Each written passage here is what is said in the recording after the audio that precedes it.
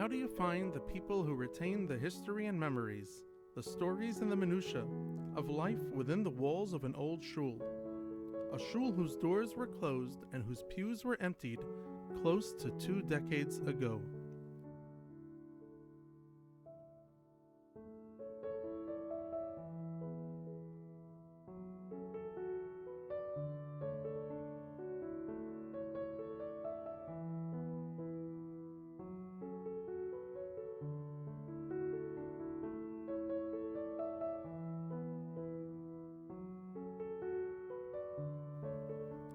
The journey began with old dinner journals that were scanned and stored in the archives of the Leo Beck Institute.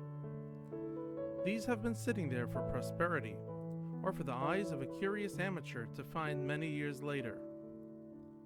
I took each named officer in that journal and used Google and Spokeo to find next of kin. Along the way, I came across the name Hans Fischel as an early founding officer of the shul. The surprising thing, his address and phone number were current. Could he be alive? He wasn't, but his 99-year-old wife was, and she answered the phone on the first ring. I promptly made the effort to visit Susan, and she received me warmly.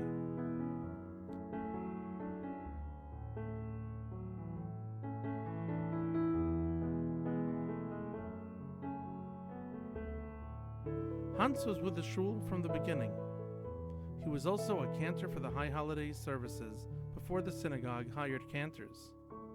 Hans only married later in life, and he would find in Susan a faithful partner, as she would help him lead choir rehearsals from behind her piano.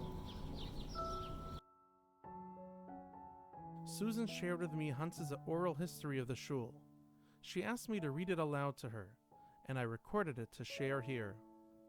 She also brought out a most fascinating artifact. When she and Hans married, they paid for a recording of the ceremony. This was in the early 1950s, and it was pressed as a vinyl record. It is, to my knowledge, the only audio recording of the Ohav Sholaum choir and the rabbi's oration. Shortly after our interview, Susan celebrated her 100th birthday, and this past February, she passed away. Now to the history, as told by her late husband, Hans Fischel.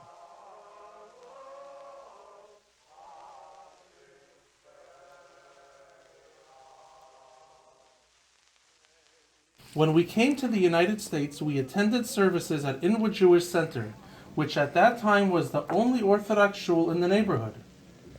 As you know, the American nusach is entirely different to what we were used to. Added to this was a most unpleasant attitude towards us by the other congregants, and they resented our style of davening. We felt miserable with them. It happened on Tisha B'Av 1939 that a handful of people, including myself, decided to start on our own. With the cooperation of Rabbi Kimball of Inwood Jewish Center, we were able to conduct services on the Yomim No'oim in the former Shalom Aleichem Shul, in an upstairs taxpayers building on Dyckman Street, upstairs. You remember that? Yes, there were I don't know what it says, taxpayers building. Yeah, the two-story buildings and with stores. They were upstairs. Yeah. And they were happy to rent it because during the week it was occupied. Yeah. Okay. The tickets sold like hotcakes, and all of a sudden we realized that there are more German Jews in the neighborhood who felt out of place in their respective congregations. Yeah. Our late co-founder Adolf Kahn and I took turns in conducting services.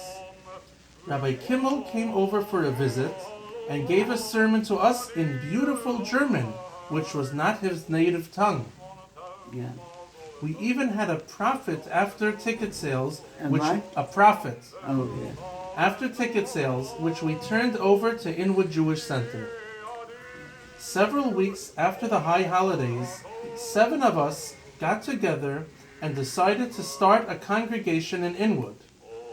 We found an upstairs loft on 207th Street and 10th Avenue. The price was right, $50 a month, and we all chipped in. We cleaned the place up and got it ready for the first service on Shabbos Shauftim 1940. Yeah. Again, the seats were sold in no time. The chazanim were the same as had been in the previous year, and it worked out very well. Then came Sukkos. In order to get into the sukkah, we had to climb through the kitchen window. So you see, we had to be athletic besides everything else. I remember doing that too in our building. We had to climb outside. Yeah. The membership grew, our quarters became cramped, and we moved to a bigger place on Sherman Avenue. In 1945, There was another thing disadvantage there. It was up here, was the elevated, Chappie became elevated right? on Dykeman Street. So it made too And much every time a train passed by, they had to interrupt the davening. Yeah. In 1945, at a general membership meeting, Hans was asked to found a synagogue choir. After months of recruiting and rehearsing, the choir of Congregation Ohav Sholaum gave its first performance on Shavuos 1946. Yeah. Having a musical background, besides knowing the nusach, he found himself propelled into the position of a choir leader. It was the only existing choir among the German Jewish congregations at the time. Mrs. Neuhaus, a trained teacher from the Würzburg Seminary in Germany, also taught in the school. In the 50s, another cantor was engaged, and Mr. Signy Selig joined the staff and doubled as an office manager. On the Yom Nooroyim, the demands for seats was so overwhelming that an overflow service had to be arranged in the social hall. Rabbi and choir had to give guest performances downstairs. Additional chazanim had to be engaged. The rest is history. Yeah.